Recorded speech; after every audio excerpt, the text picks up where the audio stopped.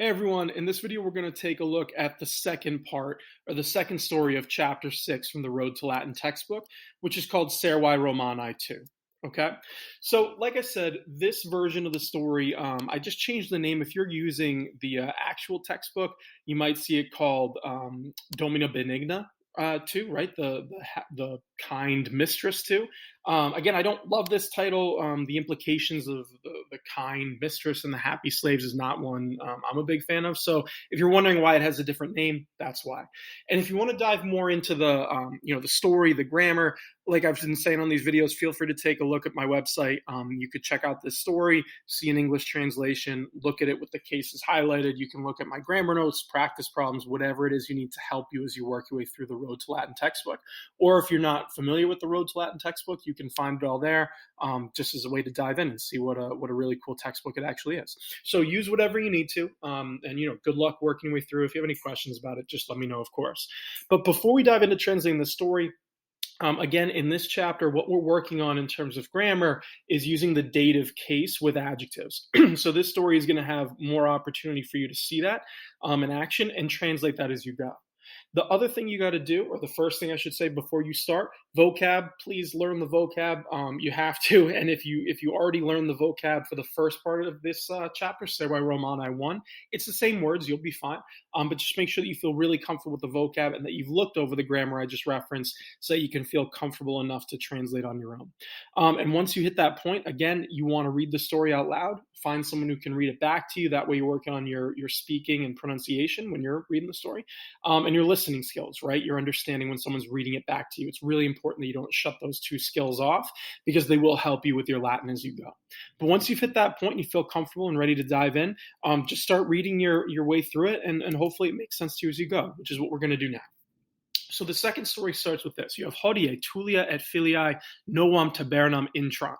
So you want to remember in part one of the story, we were talking about, Tullia and her daughters. You have Secunda, Cornelia. You have these different characters who are all going to shops, right? That's what they like to do. And I was talking about their relationship with their slaves too in the previous video, or in the previous story rather. So they're going to a new shop. That's the idea here. So you have hodie today, Tullia and her daughters, right? Tullia et filiae. Noam tabernum, that's the new shop. It's accusative, so that's where they're going. The verb is intrant. So you're saying Tullia and her daughters enter. What do they enter? We need a direct object. Noam tabernum, a new shop, right? So a place they've never been before. And if you look over to the right, it's not really from the textbook, but I just thought this was an interesting picture showing you, a painting of what it might have looked like to see a taberna, and this is Pompeii. But these shops would be along the side of the road. And again, just a culture that you should look into. Take a quick look on Roman shops and how they work in a city. It kind of reminds me of cities today, where you'll see shops on the bottom floor and then apartments on top of it. If you go to a place like New York City or Boston or whatever major city you go to, it's very similar in Roman times. So the taberna would be next to, or attached to rather, someone's home. So you'd see them along the side of the road. So they're going to a new one, is the idea.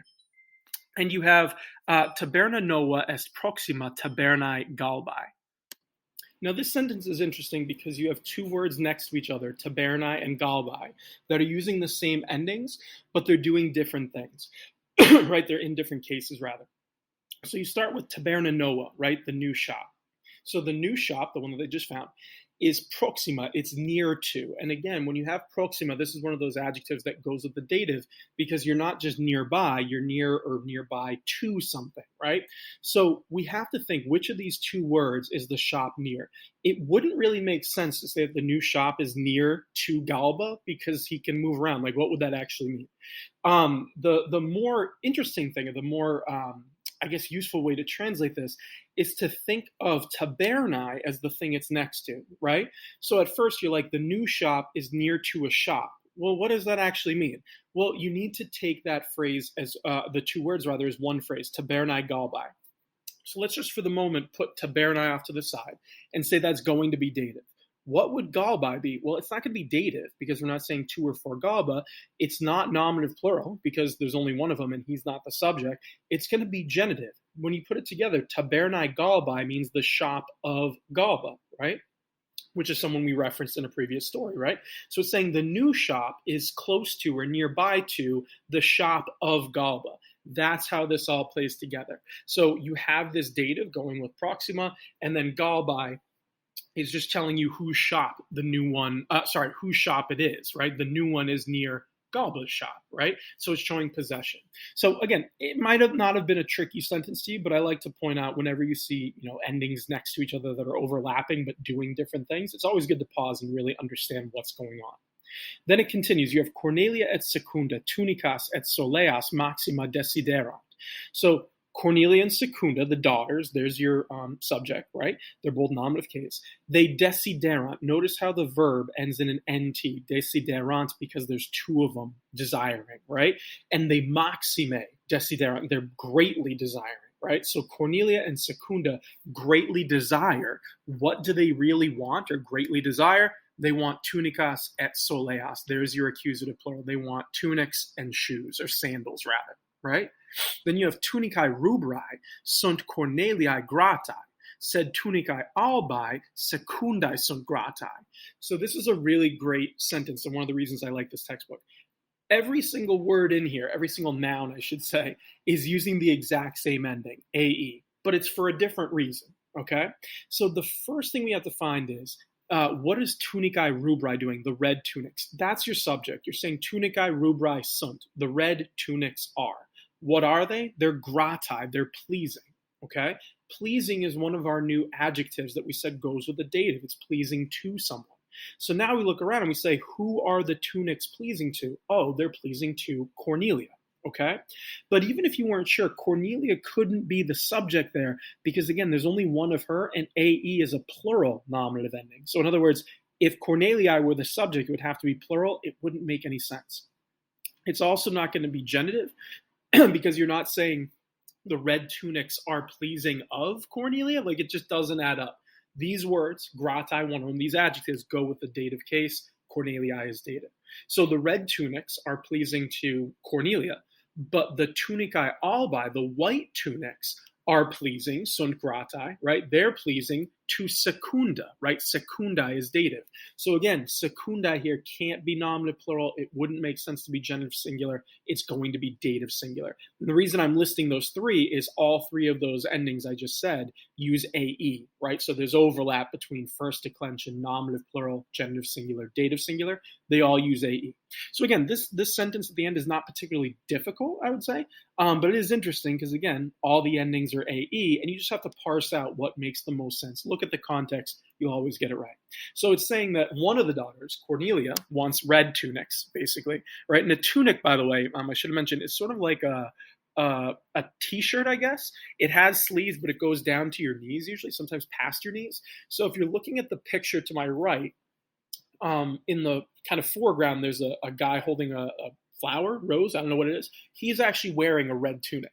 So he's got this knee-length t-shirt thing going on. That's really what a tunic is. It's a pretty basic garment, but one that Romans would wear a lot because it's a Mediterranean climate. It keeps you kind of cool.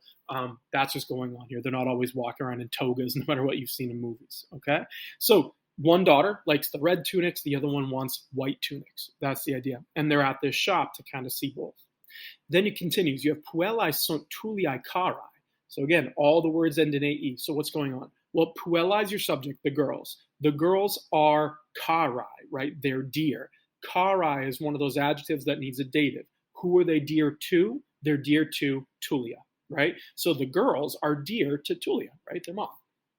Itaque, and so, Tulia filiabus multas et novas tunicas dat. So, because she really likes her daughters, Tulia, right? You have to go all the way to the end. Dat, she gives. So remember, when you have a verb of giving, right, you're going to give something to someone. So when you break this sentence out, what is she going to give? You need an accusative, multas et novas tunicas. So she gives many new tunics, okay? So Tulia, the mom, gives many new tunics. Who does she give them to? We need the dative, filiabus, right? To her daughters. And again, you can go back, and I think it was chapter 5, we talked about dative case. The ABUS ending is just a slightly different ending, a unique one that we use with words like filia, okay? So she gives many new tunics to her daughters, okay? Hodie tulia Corneliae tunicam rubram et secundae tunicam albam dat. So today, Tulia, there's our subject. What does she do? Dot, all the way at the end. She's giving something again.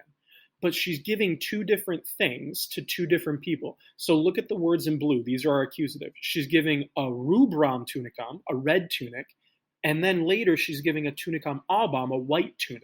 So we got to think, who's she giving it to? Well, it lines up with what they said in the previous sentences, right? Today, Tullia gives the rubram tunicam, the red tunic, to Cornelia. There's your indirect object, your dative case, Cornelia, right? So she gives the red tunic, or a red tunic, to Cornelia, and she gives a white tunic, a tunicam albam, to Secunda, right? Secunda is dative. So she gives each girl the type of tunic that they like. Soleae rubrae et Corneliae et Secundae sunt gratae.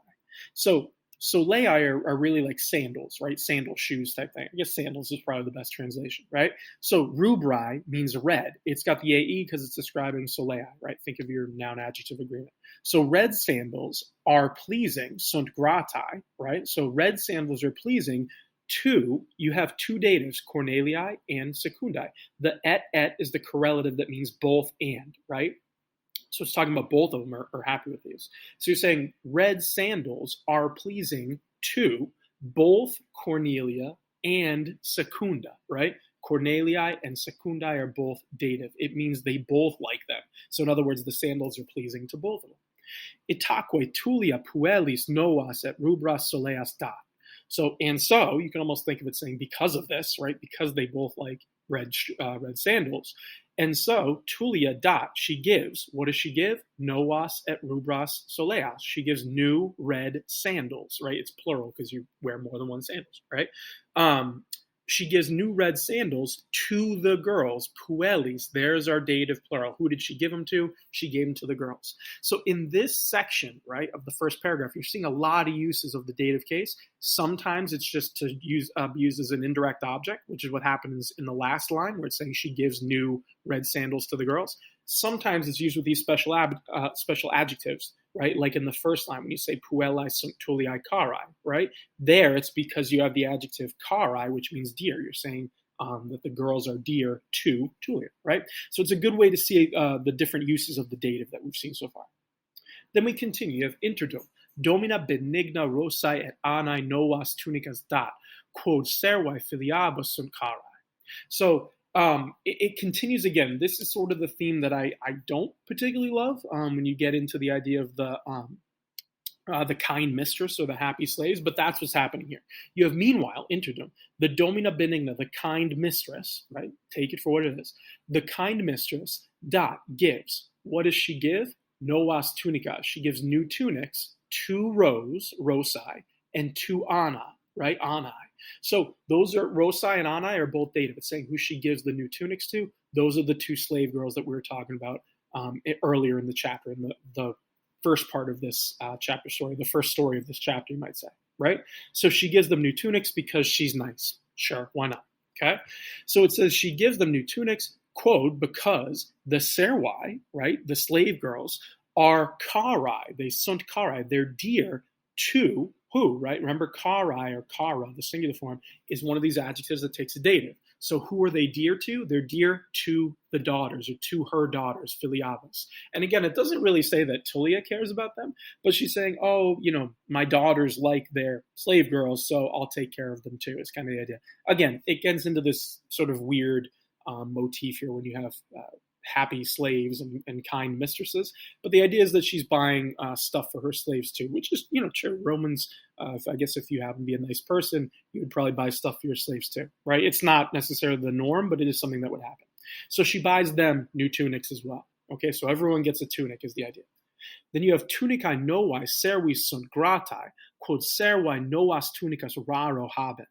So new tunics is your subject, tunicae novae. We need a plural subject because we have a plural verb, sunt, right? Servis has to be dative plural, so that's not our subject. Something's happening to the slaves, right? It's kind of the idea. Or maybe it's going with an adjective. In this case, it is gratae. But you're saying the new tunics, right? Sunt gratae, they're pleasing to the slave girls, servis, right? Again, there's that special adjective, grata, in this case, gratae, it goes with a dative. So the new tunics are pleasing to the slave girls because our conjunction sets up a new thought. So we have a new subject, because the servae, there's your nominative plural, slave girls, raro haben, they rarely have, right? They rarely, or you could even say few slaves, I guess would probably be a better way of doing it. You might say Servae Raro is like few slaves have these. But again, it's talking about few Roman slaves or slave girls have tunicas novas, new tunics. So the idea is that they're happy because not a lot of them have it, right? I guess raro you could even translate seldom. That might be what the book uses for you. So seldom do they have these, which is what we were getting at before, right? Being a slave, not fun. So you're not necessarily getting gifts from your master or mistress. So that's kind of the idea that they were getting at in this chapter, right? These new tunics are really pleasing to the slave girls because they don't usually get stuff, is the idea. Okay. So when you take this all together, this chapter is really hitting at a couple of things that are really important, right? So it's showing you again the relationship between the slaves and the slaves and the mistresses, rather the slaves and the family they work for. But it's also giving you a hint at how how it would work between different family members. So the relationship that the mom has with the slaves is different from the one that the girls have with the slaves. So there's kind of two different things happening here, which is important to understand too. Now we continue on. You've got the last paragraph, or the last part of this paragraph, rather. You have interdum tulia servi soleas noas quoque dat, right? So meanwhile, right, Tulia, she also gives, you would say quoque dat, she also gives soleas noas. She gives new sandals to the slave girls, servis. There's your indirect object.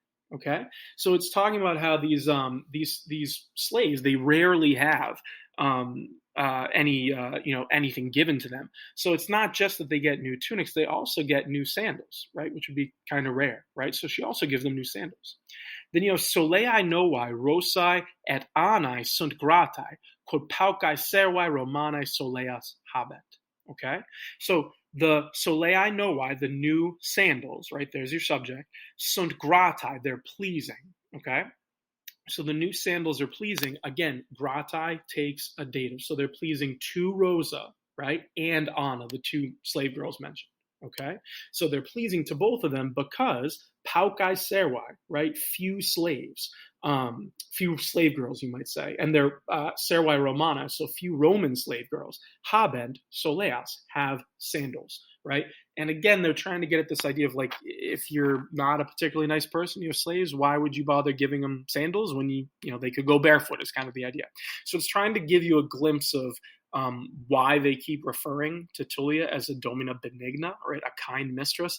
In the book, this is the reason why she's kind of treating her slaves in a way that might not be the norm for Roman slavery, and in a similar way, not the exact same way, but in a similar way to her own daughters. Okay, but again, this story filled with a lot of good practice reps, some interesting cultural topics you can hit on.